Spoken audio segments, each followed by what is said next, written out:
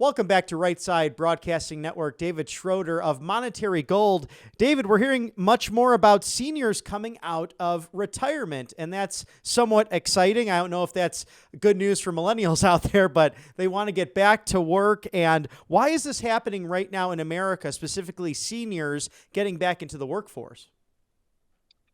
Well, I think the biggest reason that they're coming back into the workforce is the money they've saved is now not going far enough to allow them to live the same lifestyle that they currently have. There was a report released that was on Fox just recently that was done by economist E.J. Antoni, right? He discovered that the average 401k plan grew by $11,000 between 21 and 24 under the Biden administration. But when it was adjusted for inflation, they discovered that it was a $12,000 or a 9.2% loss. And if you lose 9.2% of your money or the ability to purchase, that's a pretty huge loss. I mean, that's a kind of a kick in the teeth. I mean, you spend 40 years, in some cases 50 years, working all your life, putting money aside in your 401k, putting it in your IRA, putting it in your savings account. And there are, the baby boomers, we're savers. I mean, we saved. I'm not quite to retirement yet, but I am a saver. And when I look at this report and I see how much money I've actually lost over those 4 years of the Biden-Harris administration, that's kind of scary. And then, I saw this article posted on Yahoo Finance on Monday with BlackRock CEO Larry Fink saying, the way we can dodge this retirement crisis is to just work longer. Well, coming from a multi-billionaire whose children's children don't have to worry about ever working, yeah, that's easy to say. But why should we have to change the rules now when we've had, 250 years of, hey, you can retire at the age of 65 as long as you're saving and you're working and you're taking care of your health. So those are some of the reasons why people are, or seniors are coming out of retirement. Their dollar is not going far enough and they can't maintain their lifestyle. And the arrogance of that statement, it reminds me of two things that are very tangible. First and foremost, because saw it being someone who grew up in Illinois, the pension crisis and the property taxes, Yes, many retirees having to leave right yes, around that age, as you mentioned, 65 to 70, yes. could not stay in their homes. So they had to get up and go to greener pastures, if you will, and in most cases, better weather, but still they wanted to remain where their families were. That was not the case. And then I also think about the Appalachia and West Virginia. So many of these people saying, oh, they'll just get tech jobs when it's been generational in blue collar work and the coal mines to the oil industry. Well, actually, no, I know this trade. I like to work in this trade. It's not going to change when I'm getting towards the end of my career. So are there any current statistics you're seeing with retirees just about like percentages or how many are actually back in the workforce? So right now, T. Rowe Price, a big place for putting your 401ks, did a study and it was released through Forbes. Forbes actually cited it in some of their stuff. They discovered that 20% of those that are identifying as retirees are currently back in the workplace, either full-time or part-time. 20%. That's several million retirees. Then they discovered that 13% of these retired seniors are more than likely to come back into the workplace this year. So that number is growing. So yeah, there are some statistics to look at to see how this is fleshing out after the last 4 years of the Biden-Harris administration. And now they're saying that 50% of retirees are actually considering returning back to work. 50%. And they're saying that among the retirees, that many now are actually considering delaying coming back in. Not that Larry Fink had made a good statement, but they really are looking at their savings, they're looking at their 401ks, they're looking at their IRAs, and they're saying, and then they're looking at inflation, they're looking at how much they've lost over the last 4 or 5 years, and they're just like, I don't have a choice. What do I do? I mean, I can't just live on Social Security. Between my savings and my Social Security, if I have too much of my savings, well, then I get dinged to my Social Security. So, they're kind of between a rock and a hard place when it comes to retirement. And so, what are some of the biggest financial pressures for retirees outside of Social Security, but also being put back into the workforce? I'm sure that there are certain situations where it's are there specific kind of jobs? Because as people are aging, getting older, I'm just thinking of things like going back to like a Trader Joe's, for example, and being on your feet for a prolonged period of time. I'm sure that Yep. there are some issues there with the ability to do certain jobs, just simply given the age of the retirees.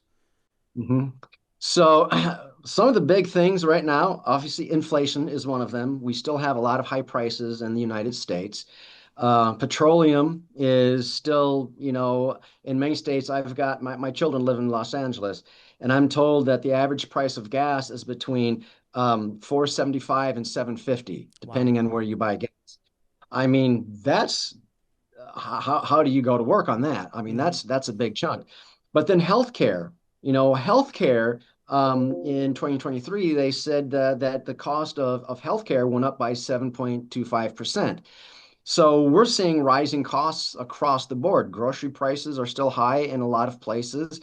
I'm here visiting Arizona, visiting my mother, and I went to this grocery store called Fry's, and we bought just a few things, and it was $30. I'm like, Right. 30. I'm like, are you kidding? So those are just some of the major areas that, are causing seniors, um, grief and fear and wonder about having to go back to the workplace because of these high prices. Exactly. And with so many financial uncertainties out there, where can retirees and pre retirees look for stability in the workforce and ultimately get back to what they were doing, being retired? Because, I mean, people they've poured themselves into this and they want to live that American dream. And we don't deserve anything this side of heaven. But I think these good people deserve to have some R&R after they've put so much into their careers. Well, 40 years of working is a long time, in some cases even more. Um, Really, it's the best place to find stability. The stock market is very volatile, right? Most of the markets, there's a lot of uncertainty. We've got BRICS, we've got inflation, we've got a digital currency that's still pending.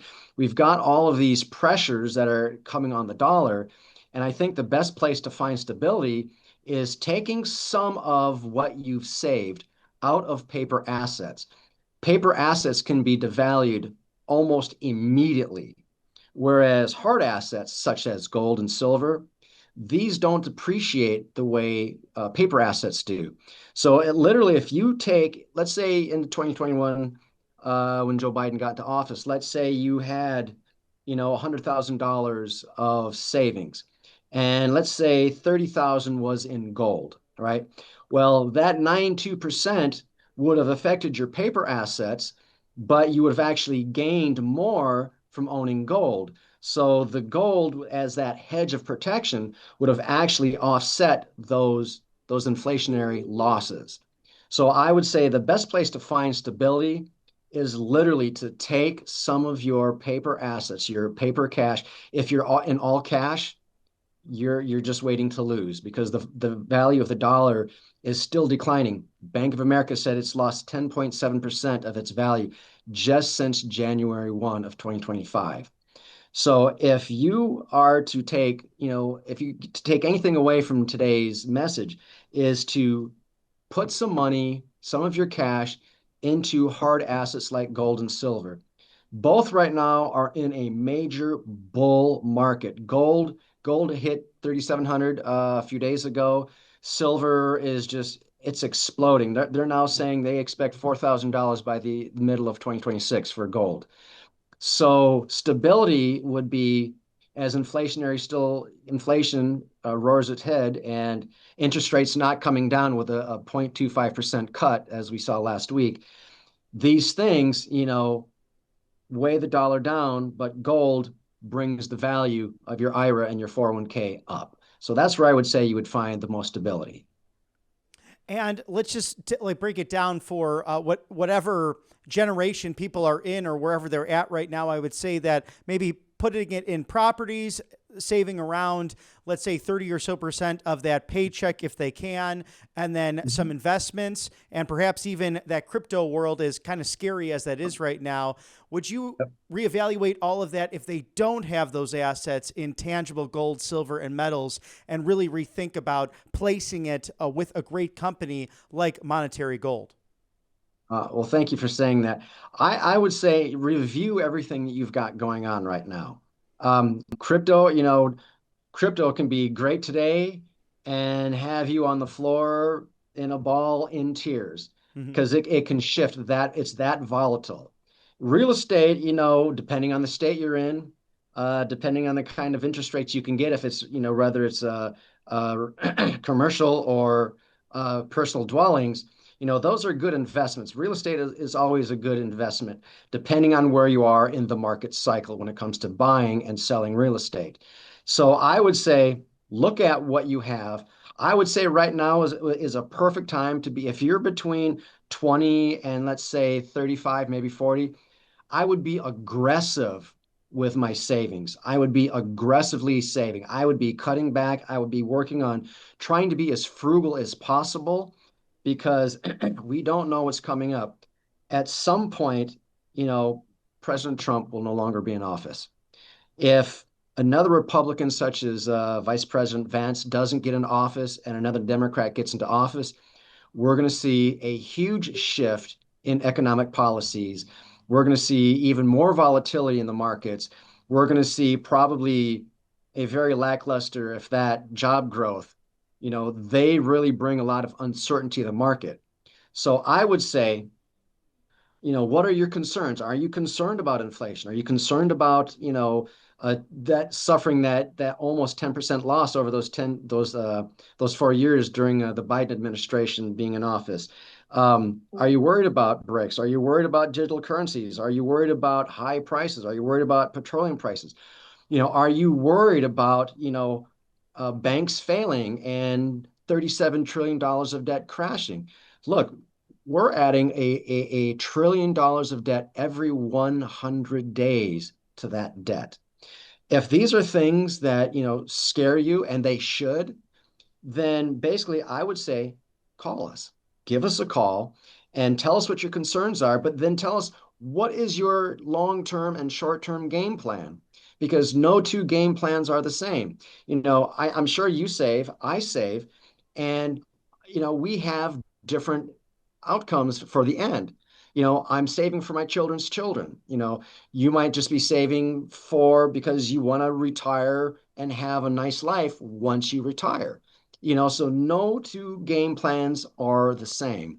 So I would say, go to RSBN for the gold, fill out the form. One of us will give you a call, or call the number on the screen and talk to somebody, share your game plan, share your fears, because you know what? If we can help you knock down those fears with an incredible game plan that will help you in the future, then I would say that's the way to go. David Schroeder, spokesperson for Monetary Gold, truly the best in the business. You can visit and get your complimentary presidential gold guide at rsbnforthegold.com. We look forward to seeing you again, David, and thank you for your expertise. Thank you. Talk to you again next week. Take care.